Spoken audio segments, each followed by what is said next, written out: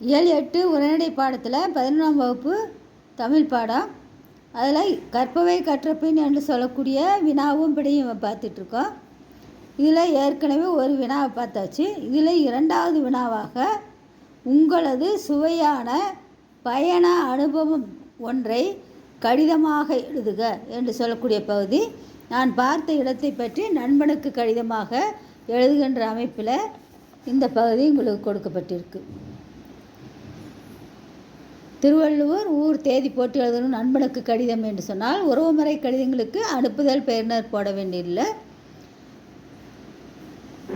அலுவலகத்திற்கு தலைமை ஆசிரியருக்கு போன்ற அலுவலக கடிதங்களுக்கு தான் அனுப்புதல் பெயரினர் போடணும்.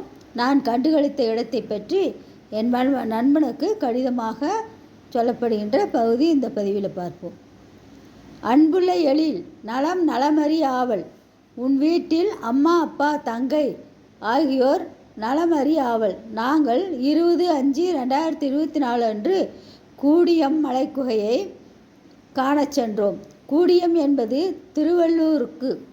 திருவள்ளூருக்கு மேற்கே 30 கிலோமீட்டர் தொலைவில் உள்ள சிற்றூர். காலை 6 மணிக்கே திருவள்ளுவரை விட்டு புறப்பட்டோம். சீத்தம்சேரி என்னும் ஊரை கடந்து எங்கள் மகிழுந்து புறப்பட்டது. வழிநடிகிலும் சிற்சில பகுதிகளில் பசுமை நிற குறுங்காடுகள், தைலமர தோப்புக்கள், மாங்கனிகள் தாழ தொங்குகின்ற மாந்தோப்புக்கள் ஆகியவற்றை கண்டு மகிழ்ந்தோம். கூடியம் ஊரை நெருங்கினோம். அப்பொழுது மணி காலை 8:30 ஆயிற்று. நாங்கள் சிற்றுண்டி உண்டோம். பிறகு அங்கிருந்து குறுங்காட்டு வழியாக நடந்தோம். 1 கிலோமீட்டர் நடந்தும் என் கண்முன்னே குகை இருக்கும் மலை தென்பட்டது. சிறிது தொலைவு நடந்தோம். அடேங்கப்பா, எவ்வளவு பெரிய மலை!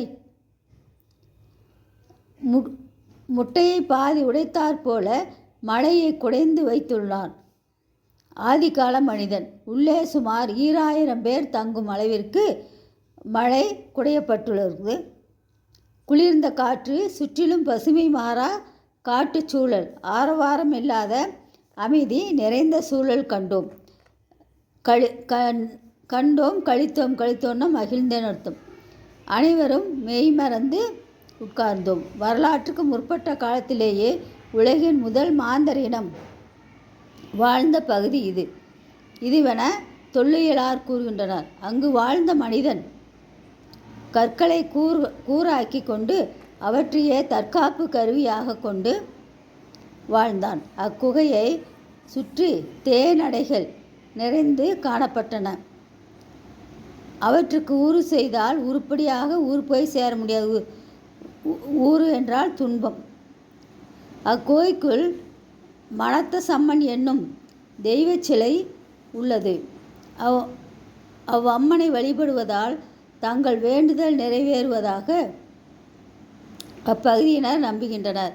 சிவராத்திரி அன்று அப்பகுதி வாழ் மக்கள் அக்குகைக்கு சென்று அன்று இரவு முழுவதும் அங்கேயே தங்கிவிட்டு திரும்புவதாக கூறுகின்றனர். குகை காட்சிகளை எல்லாம் கண்ட நாங்கள் மகிழ்ச்சியோடு வீடு திரும்பினோம். இது போன்ற வரலாற்று சிறப்புமிக்க இடங்களுக்கு நீயும் சென்று மகிழ்வாய். நன்றி, வணக்கம்.